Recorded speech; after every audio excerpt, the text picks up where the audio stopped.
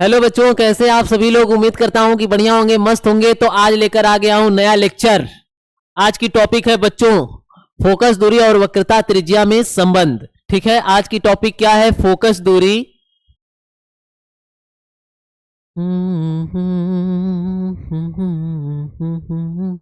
Focus दूरी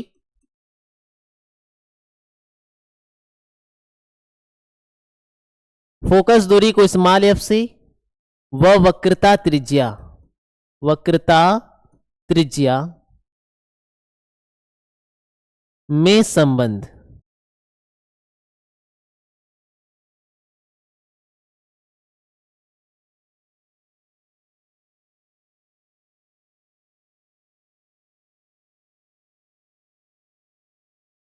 वक्रता त्रिज्या में संबंध।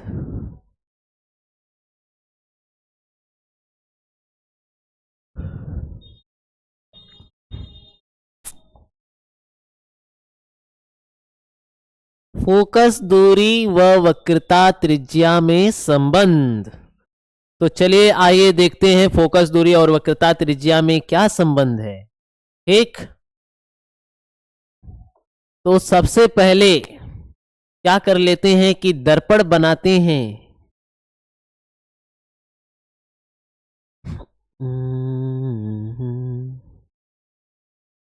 चलिए ठीक।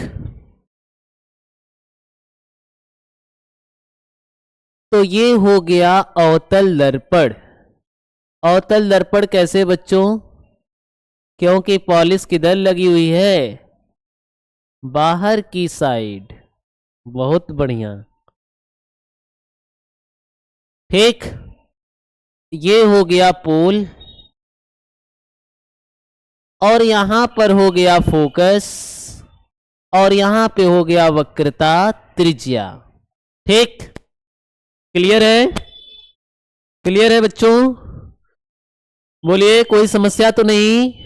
आवाज आ रही है? ठीक। हाँ, अब आगे चलते हैं। अब आपको पता होना चाहिए कि फोकस से पोल के बीच की दूरी को कहा जाता है फोकस दूरी। क्या कहा जाता है बच्चों? हाँ, फोकस दूरी कहा जाता है। इसको स्मॉल एफ से नोट करते हैं। बहुत बढ़िया।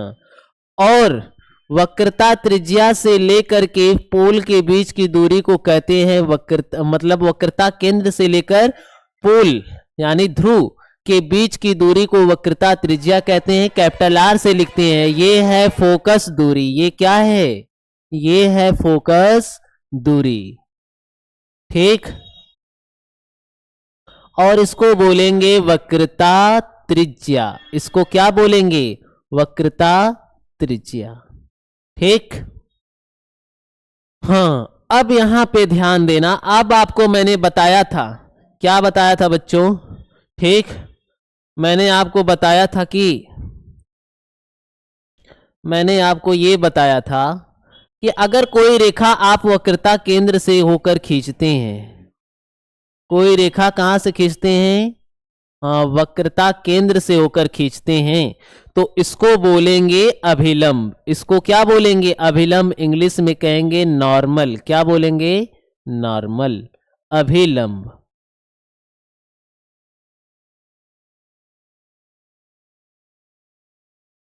ठीक, क्लियर है? अभिलंब इसको बोलेंगे। क्या बोलेंगे? अभिलंब बोलेंगे। अब प्रकाश की किरण आ रही है बच्चों, लेकिन कुछ इस तरीके से आ रही है। देखिए, ध्यान देना। मुख्य अक्ष के समांतर प्रकाश की किरण आ रही है। ठीक, बात बुझ नहीं।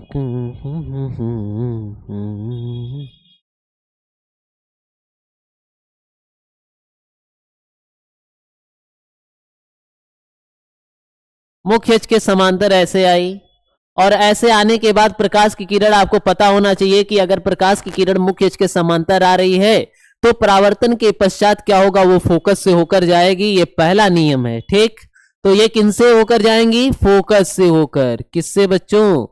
हाँ, ध्यान देना।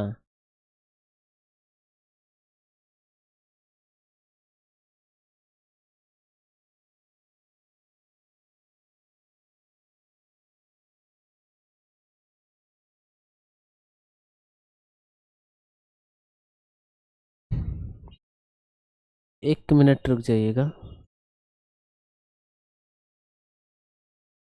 ओहो,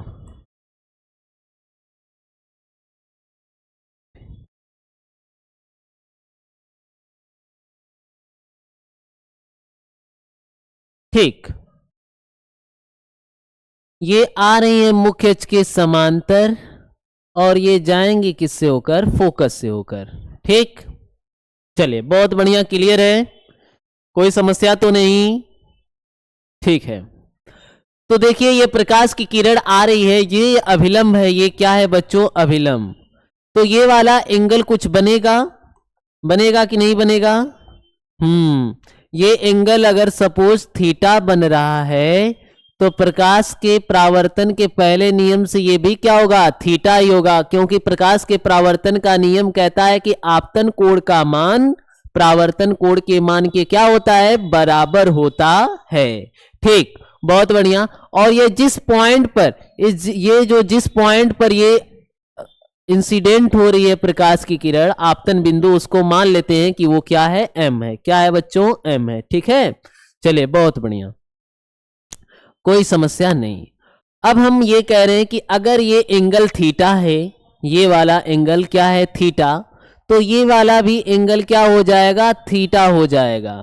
ठीक, क्योंकि देखिए क्या बन रहा है, जेड बन रहा है ना ऐसे।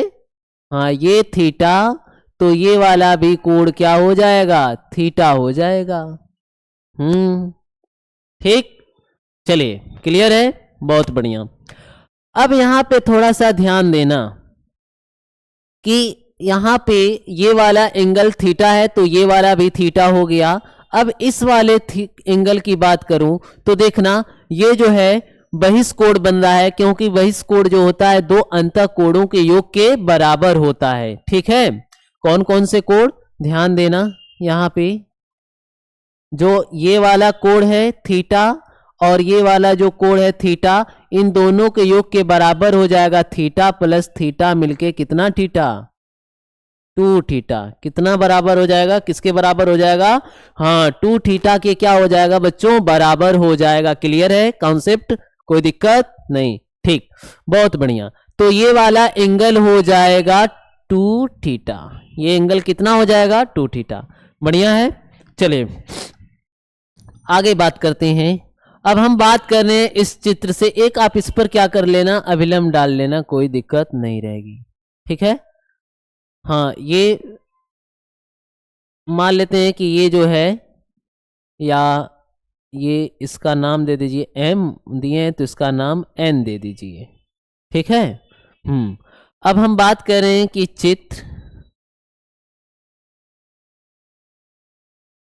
चित्र में जो त्रिभुज बन रहा है एम सी एन में, एम सी एन, त्रिभुज एम सी एन में, हाँ तो ये क्या कह रहा है, ध्यान देना। ठीक है, एमसीएन में अगर मैं बात करूं बच्चों तो जरा ध्यान देना कि यहां पर, हाँ इस वाले में एम सी एन, ये जो त्रिभुज आपको दिख रहा है, ये वाला त्रिभुज एम सी एन दिख रहा है। ठीक है, हाँ इसमें हम बात कर रहे हैं, और इसमें बात कर रहे हैं टेन थीटा की। किसकी बात कर रहे हैं, टेन थीटा। टेन थीटा बराबर होता क्या है, ये ध्यान दीजिए, लंब और बटे में आधार, लंब बटे आधार होता है। टेन थीटा बराबर होता है लंब बटे आधार। ठीक है, तो चलिए देखते हैं कि लंब कौन है और आधार कौन है। तो बच्चों ये है थीटा, और इस थीटा के सामने वाली, इस थीटा के सामने वाली ये जो भुजा आप देख रहे हैं ये लंब कहलाएगी। क्या कहलाएगी, लंब। और ये सी से लेकर के ये जो एन तक आप देख रहे हैं, ठीक है, एन या चाहे पी कह लीजिएगा, क्योंकि एन और पी एक दूसरे के काफी निकट हैं, क्लोज पॉइंट हैं। ठीक है, हाँ तो यहां से सी से लेकर एन तक या सी से लेकर पी तक ये क्या हो जाएगा, आधार हो जाएगा। क्या हो जाएगा, आधार हो जाएगा। ठीक है, क्लियर। ठीक, तो लंब हो गया, लंब हो गया एम एन, एम एन कह लीजिएगा या चाहे एम पी कह लीजिएगा, कोई दिक्कत नहीं। आधार हो गया सीपी, आधार क्या हो गया सीपी। तो आप एमपी भी इसे लिख सकते हैं और इसे सीपी भी कह सकते हैं, कोई दिक्कत नहीं। ठीक, अब हम ये कह रहे हैं बच्चों की यहां पे जो थीटा है, यहां पे जो कोण है थीटा, ये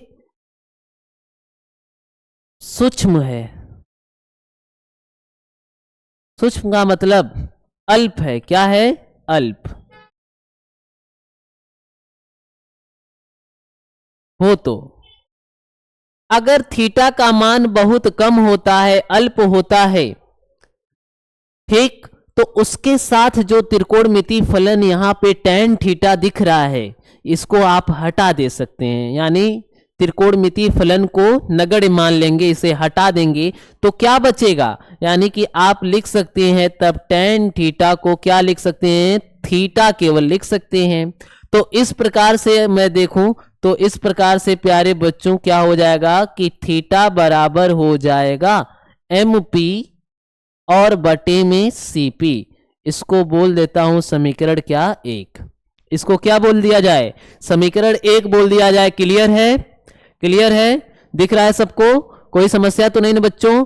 चलिए बहुत बढ़िया। अब आ जाते हैं इधर, अब इधर बात कर लेते हैं, ठीक है? हाँ, इधर बात कर लिया जाए। हाँ देखिए, इसको तो बोल दिया मैंने क्या चीज, समीकरण 1। अब हम बात करते हैं किस त्रिभुज में, MFN में, या कह लीजिए MFP। ठीक है, तो जो त्रिभुज है MFN,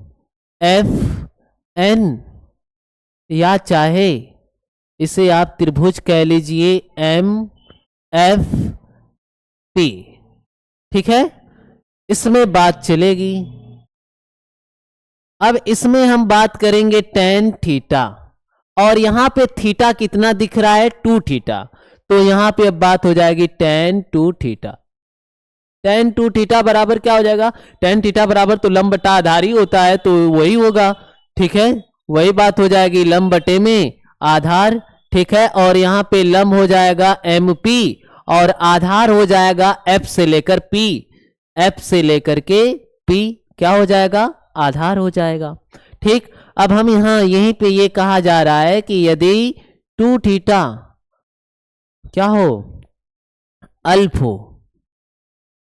हो तो, यदि जो थीटा देख रहा है ये 2 थीटा, ये अल्प हो, ये कोण अल्प होते हैं, छोटे होते हैं। क्यों छोटे होते हैं, क्योंकि देखिए हमारे जो सिलेबस में जो द्वारक लिया जाता है वो बहुत कम स्मॉल अपर्चर होता है। ठीक है, इसलिए जो कोण बनता है बहुत ही छोटा बनता है। ठीक है, समझ में आ गई होगी बात आप लोगों को? ठीक है, जो द्वारक होता है ये बहुत ही छोटा लिया जाता है, इसलिए ये एंगल जो बनते हैं वो बहुत ही छोटे बनते हैं। ठीक है, तो अगर एंगल बहुत छोटा है तो त्रिकोणमितीय फलन हट जाएगा, और आप जब हट जाएगा त्रिकोणमितीय फलन यानी tan 2 थीटा को आप सिंपली क्या लिख सकते हैं, 2 थीटा। tan 2 थीटा को आप 2 थीटा बोलेंगे, तो यहां से देखा जाए तो 2 थीटा बराबर में हो जाएगा MP और बटे में FP, और इसको बोल दिया गया क्या, समीकरण 2।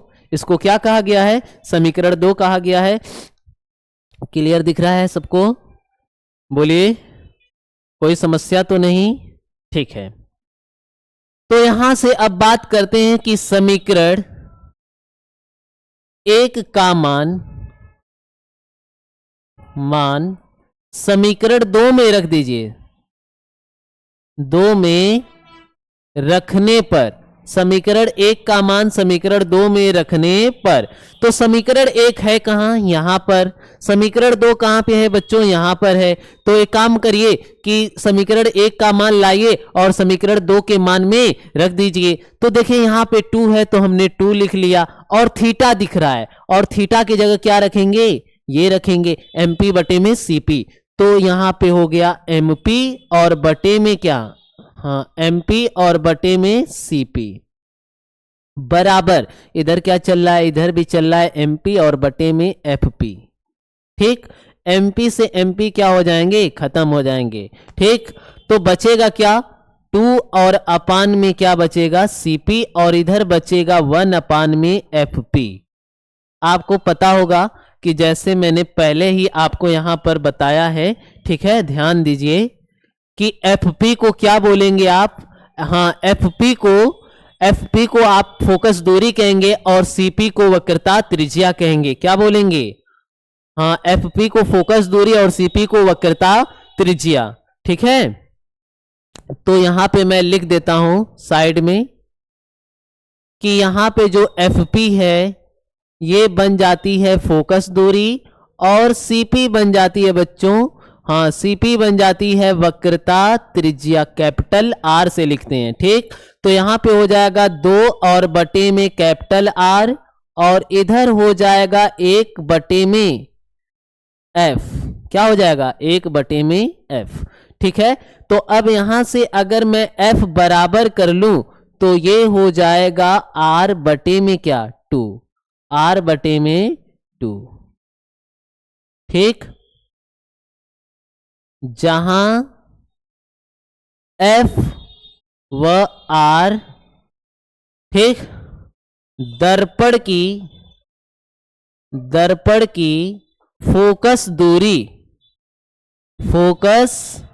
दूरी व वक्रता त्रिज्या है, वक्रता त्रिज्या है, ठीक है।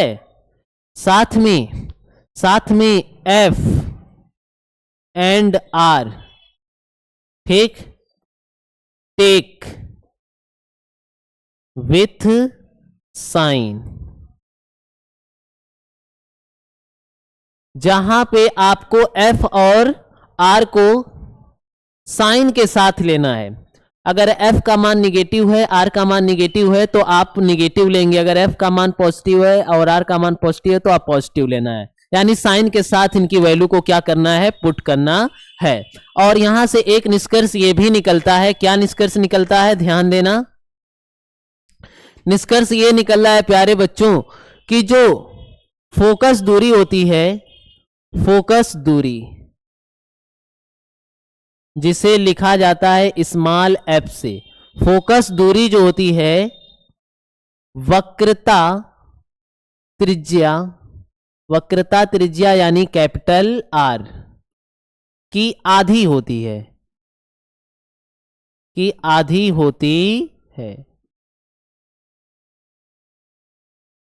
देखिए ये फोकस दूरी इस वक्रता त्रिज्या की क्या हो रखी है, आधी हो रखी है, ठीक है। तो क्लियर है कि आपको इतना समझ में आया होगा। फिलहाल आज के लिए इतना ही, ठीक है। धन्यवाद आप सभी लोगों को।